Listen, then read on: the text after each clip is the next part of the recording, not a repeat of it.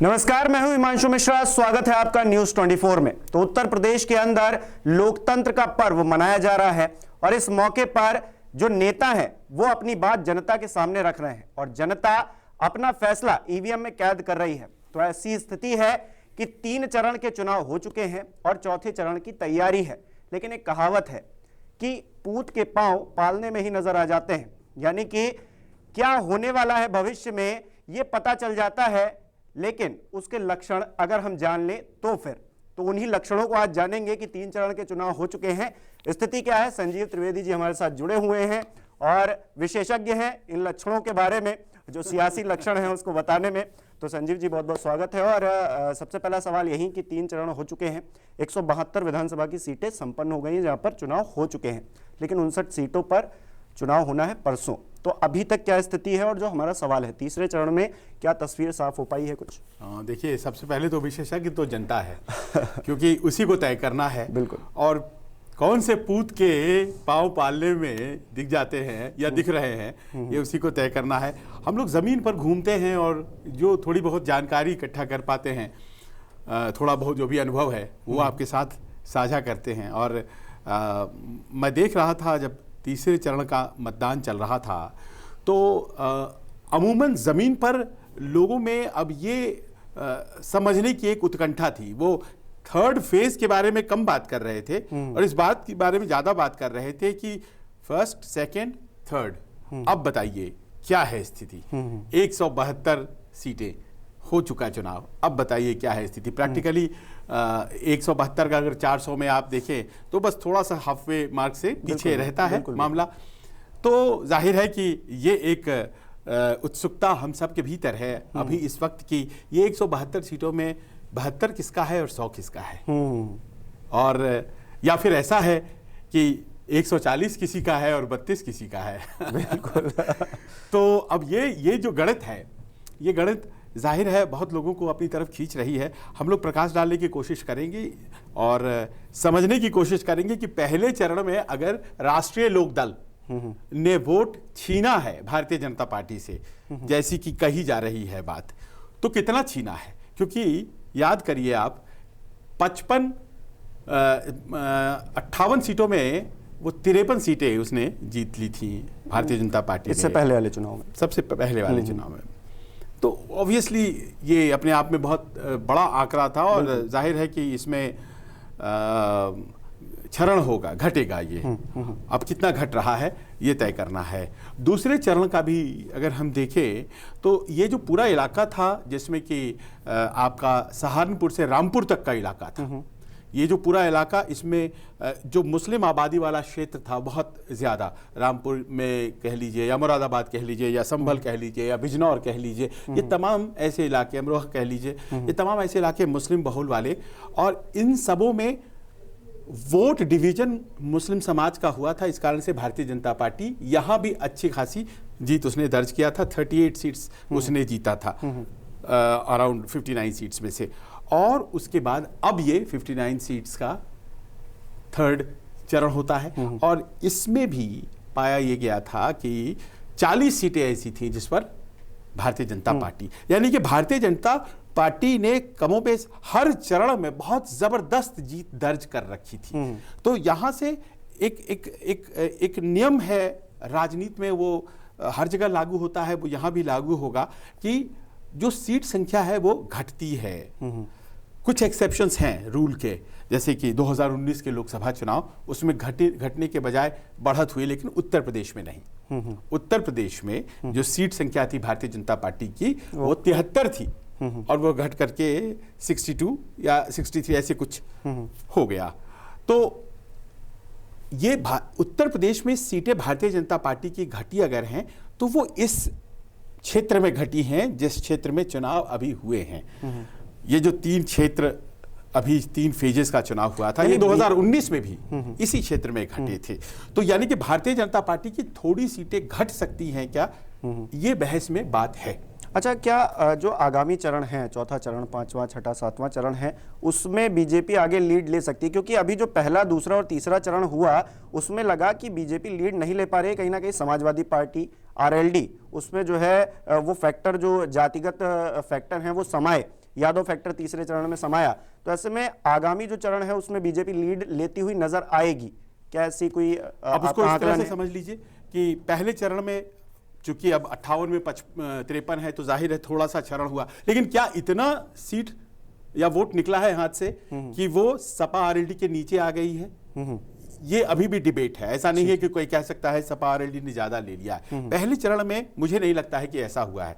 Bharatiya Janata party, हालांकि बहुत लोगों की अलग अलग राय हो सकती है, लेकिन भारतीय जनता पार्टी ने पहले चरण में लीड किया है सपा आरएलडी से, बावजूद इसके की सीटें घटी होंगी, लेकिन पहले चरण में। और वो इलाका जो जाट बहुल इलाका कहलाता है, हालांकि देखिए जाट बहुल इलाका होने के बावजूद जाटों के जरिए सीटें जीती जा सकती हैं तो वो केवल एक है उस समाज के जरिए, वो छपरौली है केवल, लेकिन उनकी मौजूदगी निर्णायक है कई सीटों पर, तो इस कारण से कहा जाता है। दूसरे चरण में मेरा आकलन यह है कि वोट कंसोलिडेशन हुआ है, जैसे पहले चरण में भी हुआ। दूसरे चरण में मुस्लिम वोट एक तरफा समाजवादी पार्टी की तरफ गया है, ये कहीं ना कहीं नजर आ रहा है। कुछ सीटें ऐसी हैं जिसमें बीएसपी ने मुस्लिम उम्मीदवार खड़े किए हैं, वहां पर शायद त्रिकोणीय हो जा रहा है फाइट, लेकिन लार्जली ये ट्रायंगुलर फाइट नहीं है, ये 1-to-1 बैटल है, जिसमें कि बीएसपी के अपने वोट बैंक जो जाटव समाज या दलित समाज के वोट है वो आ रहे हैं, क्योंकि वो बीजेपी में गए थे, लेकिन वो आकर के सपा में नहीं जुट रहे हैं, तो बीजेपी को बहुत नुकसान नहीं है। लेकिन मुस्लिम कंसोलिडेशन से उनको शायद नुकसान हो, क्योंकि वोट डिवीजन होता है तो भारतीय जनता पार्टी का फायदा होता है। तो सेकंड में भारतीय जनता पार्टी को थोड़ा नुकसान मुझे दिखता है। थर्ड में यादव लैंड जिसको कहा जाता है, यादव पट्टी जिसको बोला जाता है, इसमें यादवों का एक जो संकल्प इस बार दिखा है। मैं फिरोजाबाद में था और मैं इस बात को महसूस कर रहा था कि उस पूरे इलाके में दबदबा मुलायम सिंह यादव के परिवार का है। अब वहां क्या हुआ था पिछली दफा 2017 में, हुआ यूं था कि आपस में ही लड़ाई हो गई थी, परिवार के भीतर ही लड़ाई हो गई थी, तो उसका नुकसान यह हुआ था कि समाजवादी पार्टी ही डिवाइड हो गई थी, और यही उनका इलाका है, समाजवादियों का इलाका। कहते हैं कि यह राम मनोहर लोहिया का कर्म क्षेत्र था, और समाजवाद यहीं से पनपा उत्तर प्रदेश में। ये पूरा इलाका जो फिरोजाबाद से शुरू होता है और फिर कन्नौज कह लीजिए, एटा कह लीजिए, इटावा कह लीजिए, मैनपुरी कह लीजिए, कासगंज कह लीजिए, बढ़ता चला जाता है, फर्रुखाबाद कह लीजिए, तो ये सारा इलाका जो है ये माना जाता था कि इनका प्रभाव क्षेत्र है। यहाँ पर यादव मत या जो सपोर्टर मत थे समाजवादी पार्टी के, वो केवल यादवों में ही महदूद नहीं है। ऐसा नहीं है कि हर जगह यादव हैं या हर जगह यादव जिता सकते हैं, ऐसा भी नहीं है इस क्षेत्र में, लेकिन एक जाति, बहुल जाति के रूप में वो मौजूद है इस क्षेत्र में, इसीलिए यादव पट्टी बोलते हैं। यहाँ पर वोटर साथ आए हैं, वोट समाजवादी पार्टी का बटा नहीं है, जो पिछली दफा हुआ था शिवपाल बनाम अखिलेश हो जाने की वजह से। तो ये जो 2 चरण बीते हैं ये अच्छे रहे समाजवादी पार्टी के लिए। अब आपने पूछा कि आने वाले दिनों में देखिए अब होता है चुनाव अवध में पूरी तरह से कुछ हिस्सा अभी बुंदेलखंड का बचा हुआ है वो होगा, और अवध में अब आप घुस रहे हैं। बिल्कुल। और अवध की सीटें जो हैं, और इसमें देखिए इसमें लखनऊ की सारी सीटें हैं, रायबरेली है, तो ये इलाका जो है भारतीय जनता पार्टी का मजबूत क्षेत्र है। और कुछ विवादित भी हैं इसमें। लखीमपुर में अभी जो मामला हुआ, उन्नाव में सेंगर जी का मामला जो हुआ, तो वो काफी निर्णायक भूमिका में इलाके हैं, संभवतः वहां पे हो सकता है, क्योंकि देखिए जिस इलाके की आपने बात की वहां पंजाबी समुदाय भी है। अब वो किस तरह से वोट करेगा, वो शायद वोट भारतीय जनता पार्टी के पक्ष में न करे, जैसा कि मिजाज लग रहा है उस तरफ का। लेकिन जो अवध का इलाका, वो उस तरफ चले जाते हैं आप, अवध का जो मेन इलाका है, ये हृदय प्रदेश जो उत्तर प्रदेश का है, ये जो इलाका है इसमें भारतीय जनता पार्टी बहुत सॉलिड है, और इसमें भारतीय जनता पार्टी को टक्कर देती हुई कोई बात अभी तक नजर नहीं आ रही है। देखिए आप याद कीजिए 2009 का चुनाव, 2009 में कांग्रेस ने 9 में से इस इलाके की 8 लोकसभा सीटें जीत ली थी।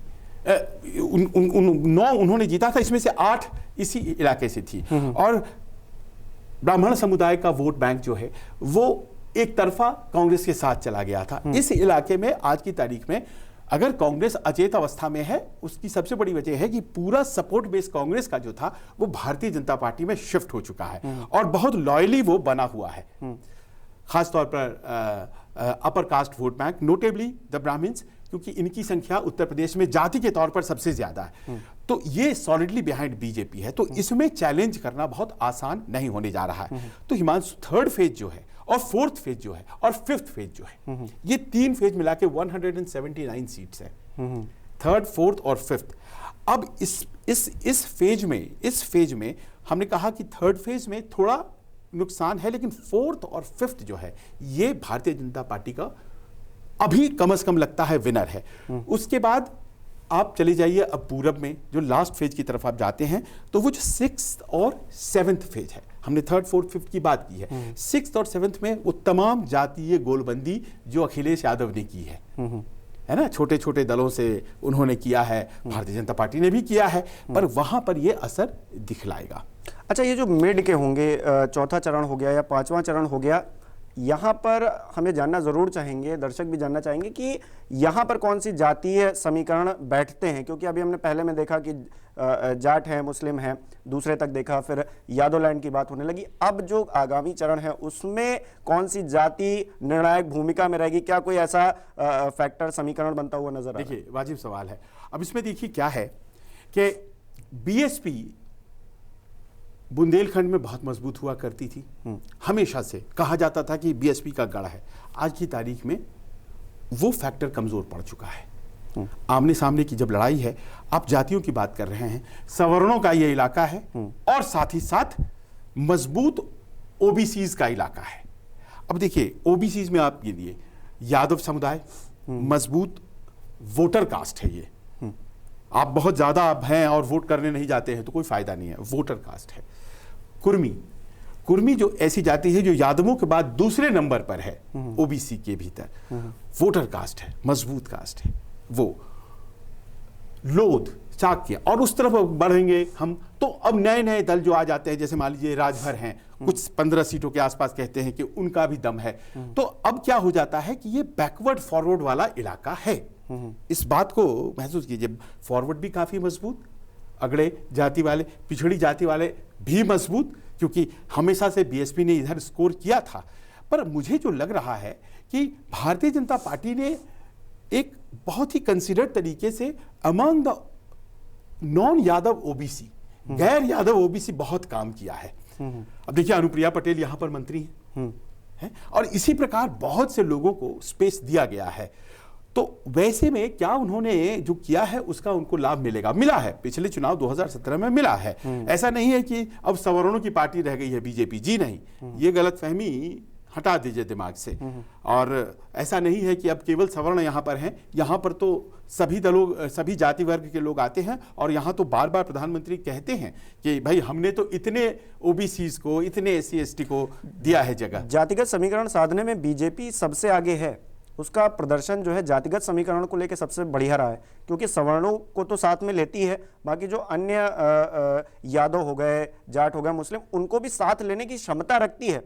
उनको प्रयास ये रहता है कि ज्यादा से ज्यादा वो लोग भी वोट करें, हालांकि नहीं होता है। मुझे लगता है कि हम लोगों को थोड़ा सा इसमें ये देखना पड़ेगा। देखिए, समाजवादी पार्टी ने जिस तरह से जातीय समीकरणों को इस बार जो साधा है वो बढ़िया है, अच्छा है। अब देखिए, मैं आपको उदाहरण देता हूँ। सिरसागंज एक सीट है, फिरोजाबाद में आता है। सिरसागंज में क्या हुआ कि सिरसागंज में यादव समाज के एक उम्मीदवार ने जो जीत हासिल की थी पिछले 2017 में पूरे फिरोजाबाद में, वो सिरसागंज था।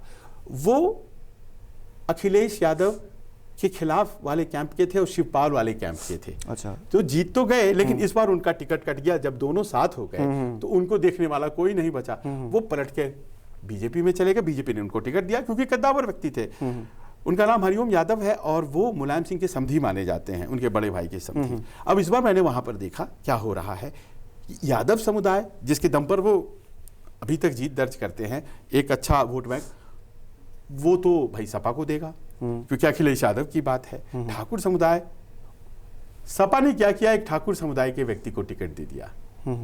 अब आप देखिए कि कैसे प्ले ऑफ जानकारी नीचे की जो है वो शिवपाल के पास है, वो अच्छे मैनेज उस इलाके को करते हैं। उन्होंने ऐसा कैंडिडेट वहां पर प्लेस किया कि ठाकुर वोट भी बट जाएगा, और इधर यादव वोट बैंक का उनको लाभ इसलिए नहीं हो रहा है क्योंकि यादव तो सारे अखिलेश के साथ जा रहे हैं। मैंने एक उदाहरण आपको दिया। तो ये इंटेलिजेंट तरीके से एक तो सीटों का बांटना, समाजवादी पार्टी ने इसको बहुत अच्छा मैनेज किया है।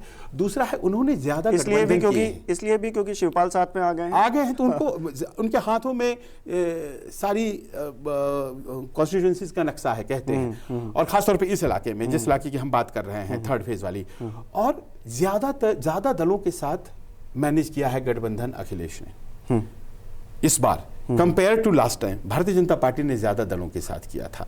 और देखिए कोशिश ये कर रही है समाजवादी पार्टी की इसको बैकवर्ड फॉरवर्ड करते हैं।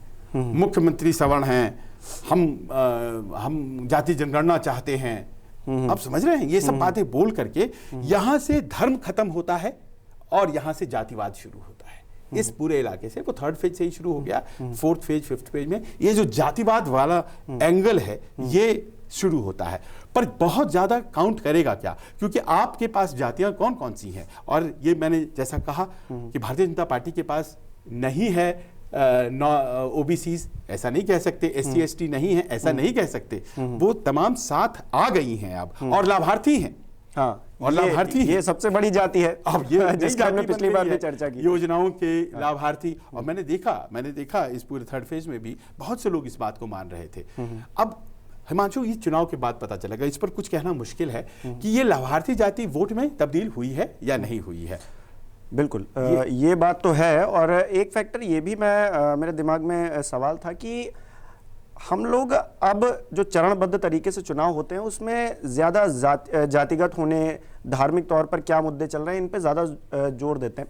हालांकि मैंने तो नहीं देखा, लेकिन एक चरण में ही अगर सारे उत्तर प्रदेश में चुनाव होता, क्योंकि आप बहुत डीपली इस चीज़ को देख रहे हैं और बहुत समय से देख रहे हैं, तो आपका क्या आकलन है कि उस वक्त के मुद्दे और आज के जो मुद्दे हैं उनमें क्या फ़र्क नज़र आता है आपको, और अभी जो व्यवस्था चल रही है वो ज़्यादा अच्छी है बजाय उसके कि एक बार में सारे चुनाव हो रहे हैं और मुद्दे 2 ही 4 हैं जिससे हर कोई इफेक्टेड है? अच्छा, आप ये कह रहे हैं कि one day election, staggered election, बिल्कुल, हाँ। एक दिन का चुनाव और कई चरणों में चुनाव, यकीनन बहुत बड़ा अंतर है। देखिए, एक दिन का जो चुनाव हुआ करता था, आप कैंपेन करते थे और उसके बाद 48 घंटे पहले कैंपेनिंग खत्म हो जाती थी, सब लोग एक साथ वोट दिया करते थे और आ जाते थे नतीजे। अब तो ये होता है कि भाई पश्चिम से क्या हवा चली, सब हमसे पूछ रहे थे कि भाई थर्ड फेज में यहां आ गया है मामला, ये बताइए कि शुरुआती 2 फेजेस में क्या हुआ है। और एक फेंस सिटर का बहुत बड़ा ब्लॉक होता है, वही चुनाव जिताता है और हरवाता है, वो बैठे रहते हैं, जिसको फ्लोटिंग वोट कहा जाता है। वो बस चाहते हैं कि जो जीत रहा है हम उसके साथ हो लेंगे।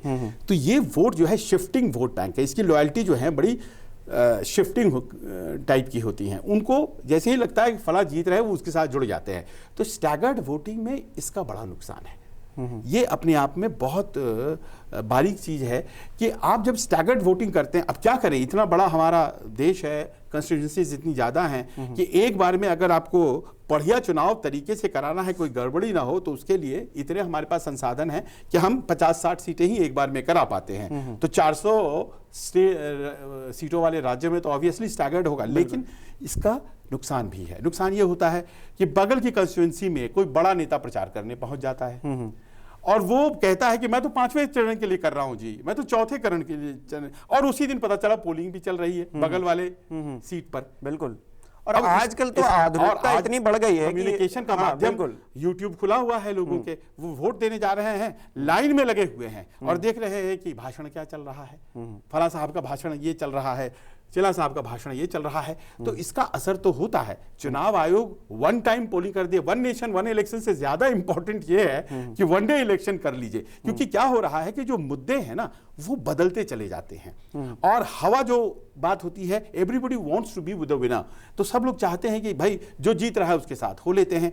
तो मुझे उदाहरण आपको देता हूं, लास्ट फेज का इलेक्शन था 2014 का, और 2014 का इलेक्शन आप यकीनन नहीं देख पाए होंगे जब वन टाइम हुआ करता था, लेकिन 2014 शायद आपको याद हो, 2014 में पूरे पूर्वांचल में चुनाव था और उसके बाद बिहार की सीटों पर चुनाव था। प्रधानमंत्री भाषण दे रहे थे पूरब में आकर के, उत्तर प्रदेश की किसी कंस्टिट्यूएंसी की तरफ, पूरा उस तरफ चुनाव, प्राइम मिनिस्टर का खुद का इलेक्शन बनारस से, और जब वो इलेक्शन वहां पर वो रह रहे हैं और कैंपेन चल रहा है, तो आप सोचिए कि बाकी पूरा जो बिहार का इलाका है और बाकी के जो पूर्वी उत्तर प्रदेश के इलाके हैं, वहां एक दूसरा संदेश जा रहा था ना। और वो जो संदेश था उसमें यह हुआ कि कोई भी ठहर नहीं पाया उस आंधी में। सारी की सारी सीटें भारतीय जनता पार्टी ने जीती। उस दौर में, उस इलेक्शन में बहुत लोगों को इस बात की शिकायत भी थी। ये अब इसका साइंटिफिक किस तरह से आकलन होगा पता नहीं मुझे, लेकिन लोगों को ये लगता है कि इसका असर होगा। लेकिन नेताओं के रंग रूप देखने को भी मिलते हैं ऐसे में, जब वो पहले चरण में कुछ और कह रहे होते हैं, किसी के लिए कह रहे होते हैं, दूसरे चरण में किसी और के लिए कह रहे होते हैं, तो नेताओं के रंग भी जनता के सामने आते रहते हैं। ये एक फायदा नजर आता है। हाँ, पर वो है कि वो जनता को जज करने दीजिए, क्योंकि जितना समझते हैं हम कि जनता बेवकूफ है उतनी होती नहीं है। ये तो उनके अंदर की जो बात है, आप उनके बगल में माइक और कलम हटा करके बात करिए तो उनकी जो पॉलिटिकल अंडरस्टैंडिंग है वो तो कमाल की होती है। हम लोग उनको बड़ा बेवकूफ समझते हैं कि एक भाषण से वो प्रभावित हो जाएंगे, और नहीं। आप प्रियंका गांधी की सभाओं में जाइए और भीड़ देखिए, आपको लगेगा कि अरे कौन कहता है कि कांग्रेस फाइट में नहीं है।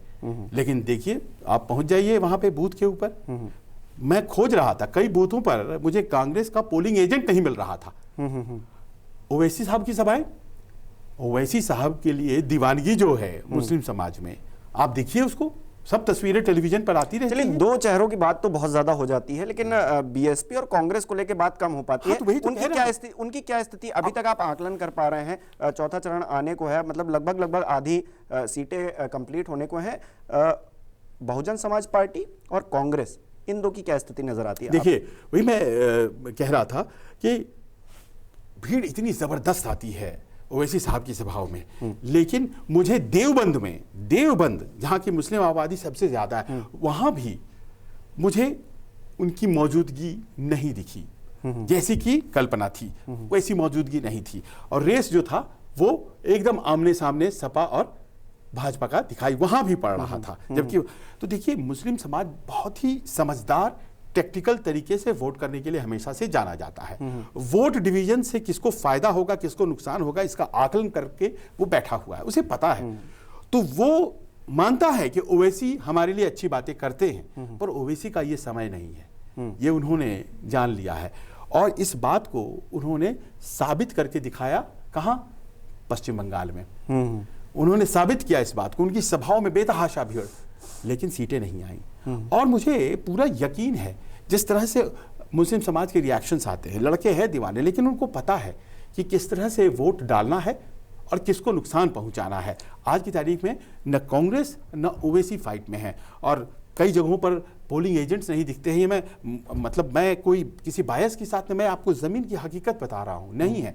मैं कल गया, एक आम आदमी पार्टी वाला बैठा हुआ था, उससे मैंने पूछा कि भाई तुम्हारी पार्टी तो फाइट में पंजाब में है और तुम तो दिल्ली में शासन में है, फिर अकेले बैठे हो भाई। बोला सर कोई आया ही नहीं है, मैं क्या करूं। उत्तर प्रदेश में उनकी ये स्थिति थी। कांग्रेस के पास मैं गया तो उधर से दौड़ता हुआ एक आदमी आया, हमने कहा यहाँ कोई नहीं है। बोला मैं हूं ना, मैं ही उम्मीदवार हूं। अच्छा, तो ये स्थिति है। ओवैसी साहब के साथ भी कुछ उसी तरह से। अच्छा, मतदाता इतना होशियार तो हो गया, आखिर में जाते जाते ये बात जरूर कि मतदाता इतना होशियार हो गया है, वो सुनता सबकी है लेकिन करता अपने मन की है। करता अपने मन की। अब वो जमाने गए कि कहा जाता था कि ये परिवार कांग्रेसी है, ये भाजपाई है, या फिर ये किसी और परिवार में आपको अलग-अलग भावनाएं मिलेंगी। अब हर कोई अपनी समझ के मुताबिक जो है वोट डालने की कोशिश करता है। हाँ, ये तो है। और देखिए, बहुत ज्यादा डेमोक्रेटिक हो गए हैं लोग। पिता और पुत्र जरूरी नहीं है कि एक ही तरफ वोट करेंगे। और दूसरा ये भी नहीं है कि मुद्दे जो हैं वो तय कर रहे हैं वोटिंग, वो भी नहीं है। बात करने के लिए मुद्दे हैं। और जी बहुत बेरोजगारी हो गई जी, बहुत ज्यादा बेरोजगारी है, और महंगाई जी बहुत बढ़ गई है जी, बहुत परेशान है, सिलेंडर का रेट देखो।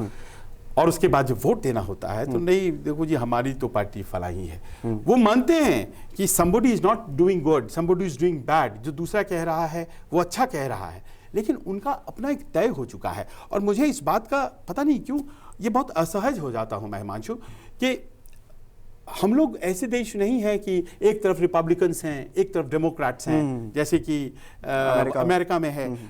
एक तरफ लेबर है, दूसरी तरफ टोरीज हैं, जैसे कि यूके में है। हम वैसे देश नहीं हैं। बहुत सी पार्टियां हैं, बहुत से लोग हैं, तरह तरह के पहचान है, और उसके आधार पर पार्टियां भी हैं। पर अब जो चुनाव हो रहे हैं उसमें दो घोड़ों का रेस होता जा रहा है।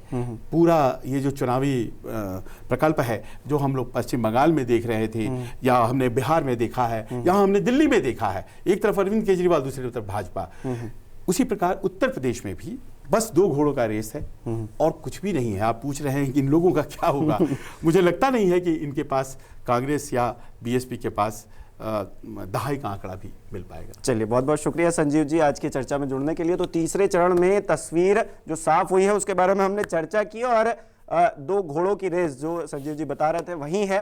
चौथे चरण के लिए 59 सीटों पर परसों चुनाव होना है, उसमें क्या स्थिति बनेगी और तस्वीर साफ होगी उस पर भी चर्चा करेंगे, लेकिन फिलहाल के लिए चर्चा को यहीं विराम दे रहे हैं। बहुत बहुत शुक्रिया आप लोगों का जुड़ने के लिए। न्यूज़ 24 देखते रहिए। नमस्कार, मैं हूं मानक गुप्ता। अगर आपको हमारा ये वीडियो पसंद आया हो तो इसे लाइक और शेयर जरूर करें, और हां, हमें सब्सक्राइब और फॉलो करना ना भूलें ताकि आप देश और दुनिया की कोई खबर मिस ना करें। तो जुड़े रहिए हमारे साथ और देखते रहिए न्यूज़ 24।